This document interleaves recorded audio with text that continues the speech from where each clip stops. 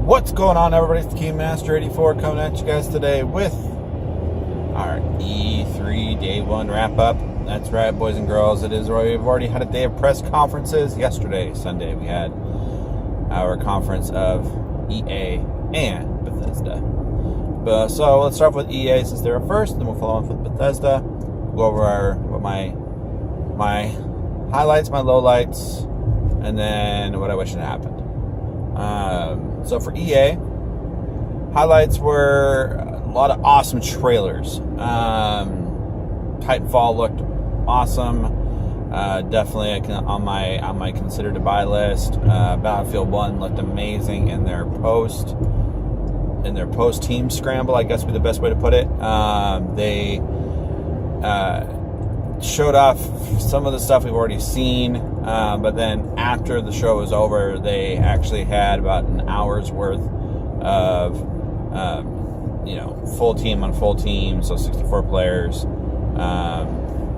all playing simultaneously, obviously, and playing the game. The pre-alpha looked amazing. It looked really good. So, but the problem is, it was literally like watching a regular match. I don't know. It just didn't, for me, it was okay. Then we move on to basically the rest of it. I mean, FIFA 17 looked really awesome. They're adding in a story mode. So I'm really interested to see what happens, because usually when FIFA does something as far as like a content thing, then everybody else kind of follows suit. So I'm really interested to see what happens with the rest of the games, maybe next year or the year after that. But they are adding a story mode. Your character is Alex Hunter. You get to follow him. You get to make decisions. Do I want to be represented by this guy? Do I want this kind of house? Do I want to do this in my career? Oh man, I'm injured. I got to go through all these trials and tribulations now after making it so far. And it's really cool. I mean, obviously, time will tell how good it really is, but from what we saw, it looked really good. And then, of course, we had a brief glimpse of Madden. Foy looked interesting. Looked a lot like an Ori and the Blind Forest type game. But other than, so now let's get into my lowlights.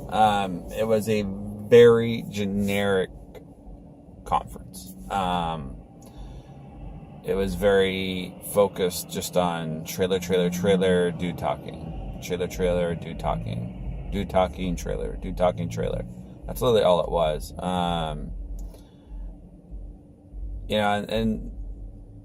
while you have to say a lot of the trailers looked really good, the problem for me is there wasn't a lot of gameplay there. Now, granted, they did only have an hour. So, I have to kind of take that into some consideration. But some of my lowlights were when they were talking about the Star Wars franchise, and they're like, yeah, we're going to be bringing updates to, Battlefront, Knights of the Old Republic, and it's just like, what kind of updates? Like, just let us know, like, hey, we're going to be bringing 12 new maps to Battlefront. Okay, that's something quantifiable for us to actually be like, hey, they're doing a lot with Battlefront. We should really look into it, and I don't know. There just wasn't as much as I thought there was going to be. Foy looked interesting, but it looked like a different version of Ori and the Blind Forest. Madden was literally on the screen for, Madden, the actual game, was on screen for maybe a minute. There was more about their new EA eSports division that was on the screen longer than the actual Madden game was, which was another low light for me. I'm like, yeah, hey, I'm all down for eSports, but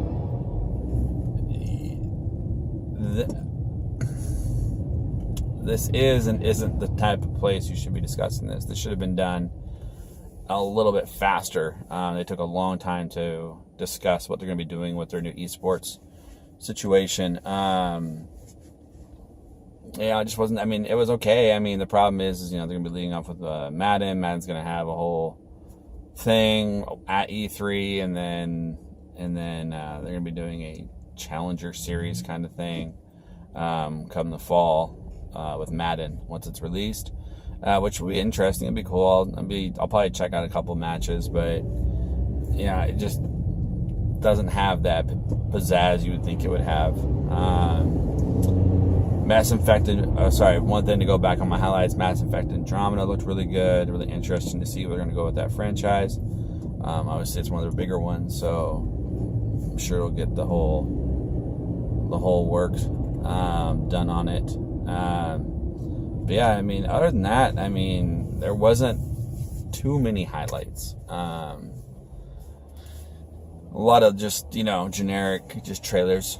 And it's just like, sometimes you do want to show a little bit of gameplay.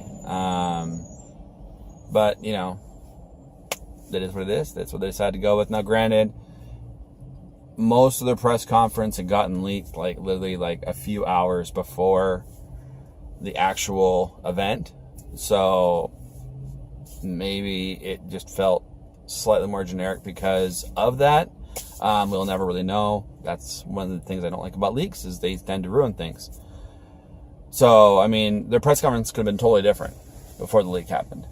They could have rejiggered. They had enough hours to redo their entire press conference. So, we'll definitely see what happens come Gamescom. I think Gamescom will be another big one for them.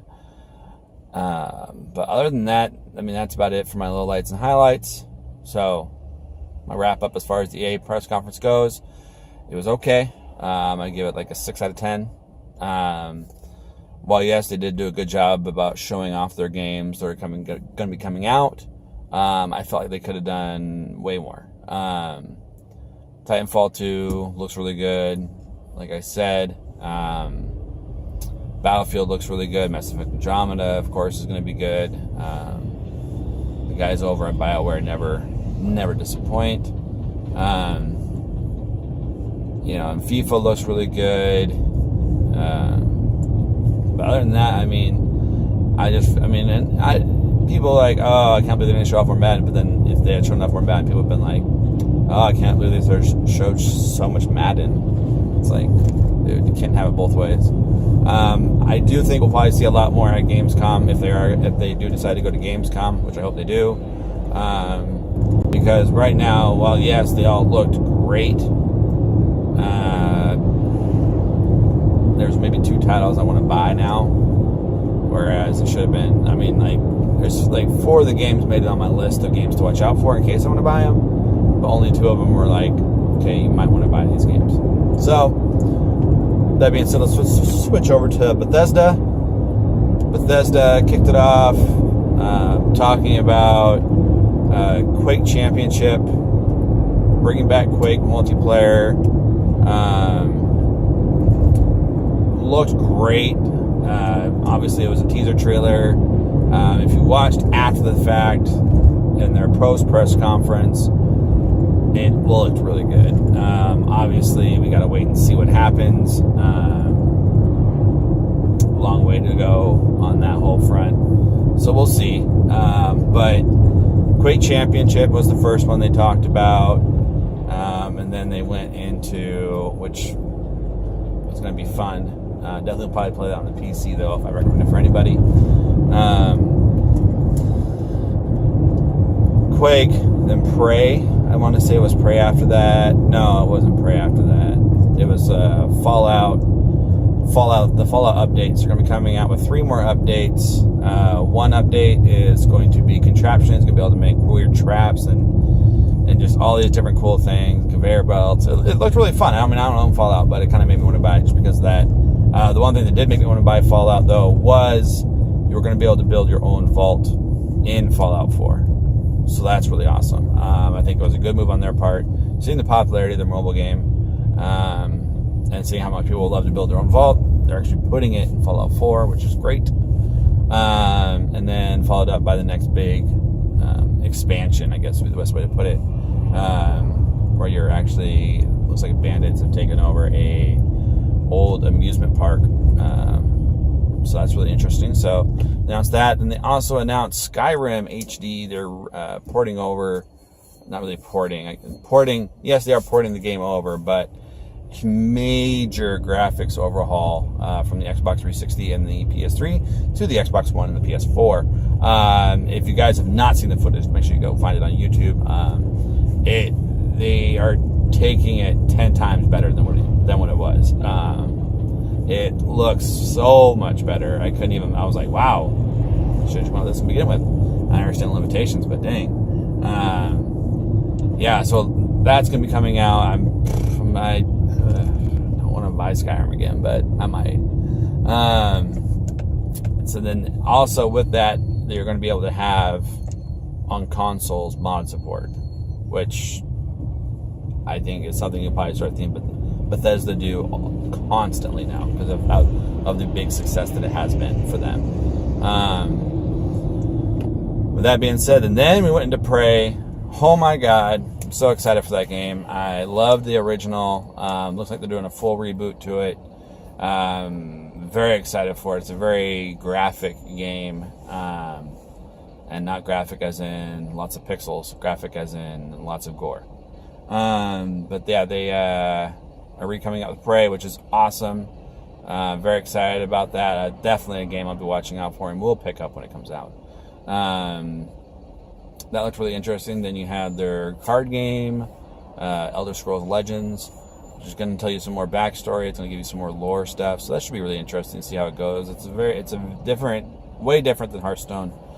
You have 2 lanes, and it looked really interesting to play. I definitely want to see more gameplay before I give it a thumbs up or a thumbs down. And the other one, Dishonored 2. Dishonored 2 they showed a ton of gameplay in game, and it looked great. I never really got on the first one. It was always one of those games I wanted to get, but then kind of other games took its time, so I never got a chance. But I might have to be picking up some Dishonored 2. So we shall see.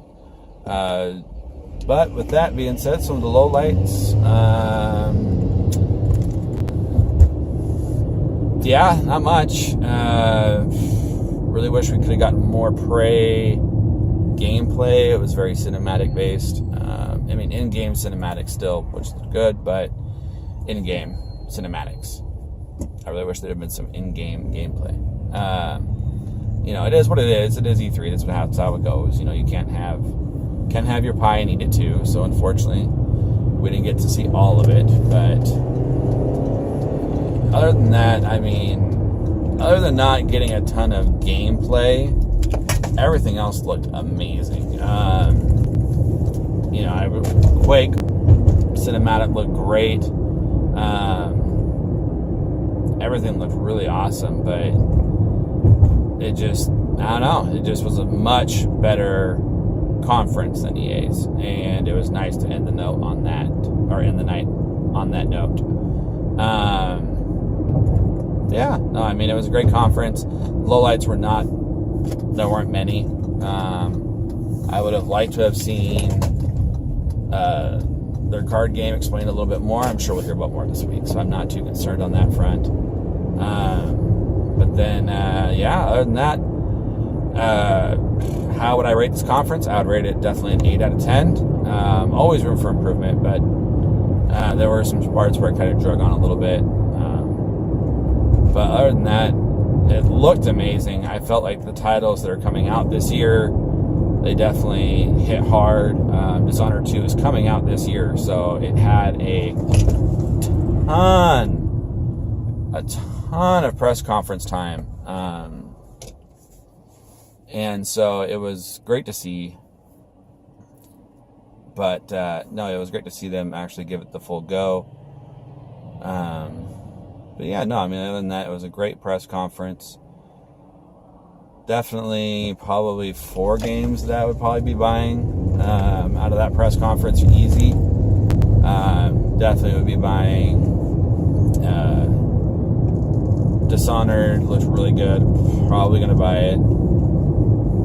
Well, it's on my list, we'll say. I only have so much money to spend on games. We got Dishonored 2, Quake, Prey, and probably Skyrim again. that's just how much better Skyrim looked. Can't believe it. And, you know, it's just great how they did their conference. Definitely 8 out of 10. 4 games on my buy list. So I think that brings our total up to 7 games on my buy list. That's not good for my pocketbook, guys. 7 games so far, games that I will have to consider buying this year. Curse you, E3. It is what it is, though, you guys. So, with that being said, day 1 was a big success because you got to see a lot of games. Games. That being said, you guys, later today we will be seeing press conferences from Microsoft and Sony. So, I'm probably going to have to do a video on those just because it's going to be such a longer and more involved experience. So, with that being said, you guys, make sure you guys are tuning in for tomorrow for our reviews of the E3 and Sony press conferences as well. Let me know what you guys liked about the E3, what you guys liked about, or not E3, about EA's and Bethesda's press conferences, what you guys didn't like, games that you're excited about down below in the comments, and make sure to leave those likes and subscribes before you leave. So, as always, this has been the Keymaster 84. We play games to make gains, and haters are going to hate. And I'll see you guys tomorrow.